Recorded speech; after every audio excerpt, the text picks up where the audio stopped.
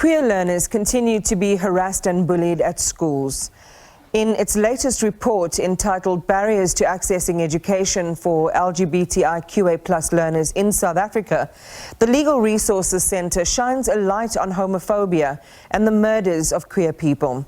To talk more about this, Legal Resources Centre Candidates Attorney Muyenga Mugerwa-Sekawabe joins us. Welcome, Muyenga, and thank you for being with us. It's really too sad just reading this report and hearing the heartbreaking stories of learners who've taken their own lives because of the extreme torment they experience for just being themselves. Share more on what your research found about transphobic bullying. Thank you. Good afternoon, Iman, and good afternoon to the viewers as well. So earlier this year, we published a report dealing with the barriers and the challenges that LGBT learners face in our schools around South Africa. One of the main challenges with the report was the fact that there's very little data that has been collected dealing with the theme.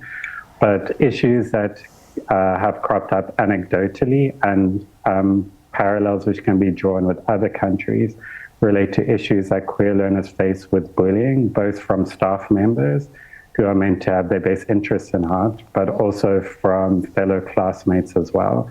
There's also issues around school uniform, being admitted to single-sex schools for transgender learners. Further challenges that transgender learners face as well relate to sport, which has always been a bit of a controversial issue, as well as bathroom use as well. So yes, there are a myriad of different challenges that queer learners face in South Africa, and they more or less depend on what part of the queer family they are in, whether that be transgender learners, bisexual learners, gay learners, lesbian learners, all face different challenges. When you mention the educators and you talk about some of the suffering that's brought to bear on these learners coming from them, in some cases they're applying pressure on children to, quote, outgrow their identities. Yes. One of the things that the Legal Resources Centre has highlighted is the fact that, in theory, policies can be progressive. They can mandate that queer learners have certain rights. But at the end of the day, progressive policies will be insufficient because they are implemented by different members of staff of the Department of Basic Education. And if those Department of Basic Education officials, at whatever level they are, were to have homophobic, prejudicial, queerphobic views, then it doesn't really matter what the policy says, because those are the people who are in charge of schools, and they can cause the most damage at the same time. Again, just reading through, as I said in the beginning, makes for such heartbreaking reading when you read these anecdotes of what children are actually going through. You also find that they, if they're not ending their lives, they're also just dropping out of school. How prevalent has this been? Yes, so one of the things that we at the Legal Resources Centre is trying to do is to advocate for government to collect data around the reasons why queer learners are dropping out of our schools, and to document so that we have that data so that we can address those challenges. But it's undoubtable when you look at the data that has been collected in other countries that bullying leads to absenteeism in schools, it leads to people dropping out of schools. And yes, it's definitely a major challenge which needs to be taken on. Even those learners who don't drop out of schools may face other psychological or mental trauma and issues which may take a few years, decades after they leave high school to finally grapple with and to overcome. Muyenga, how do we educate and transform stigma into support and acceptance, or tolerance at the very least? It's a very difficult issue. As a society, we've been dealing with the scourge of, for example, racism for centuries, with patriarchy and sexism for centuries.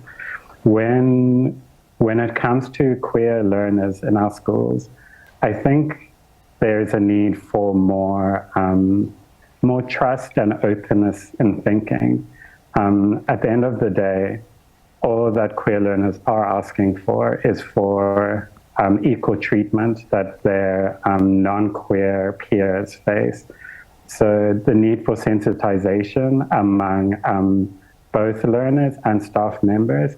And I think that one of the things that must also be looked at is for the potential of the life orientation curriculum to play a more educative role when it comes to LGBT issues in schools, and for LGBT issues and education around them to be included in the curriculum and to play an educative role.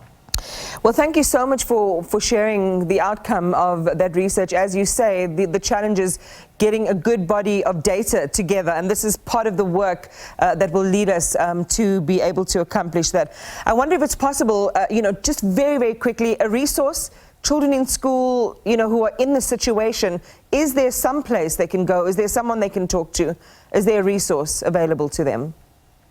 Sure. So it does depend on what the issue is. For anything revolving around discrimination, they're welcome to come to the Legal Resources Center, where we do assist students who have issues around uniform and so forth. There are also a lot of different other organizations that provide mental health resources for queer students, such as the Triangle Project and Gender Dynamics as well, to name a few. So yes, if it's a legal issue, welcome to come to us, but there are also other kind of resources which can be accessed. Thank you. That is so good to know. And I hope that anyone who's struggling with this really is able to reach out and get that help. Muyenga Mugerwa-Sekawabe, thank you very much.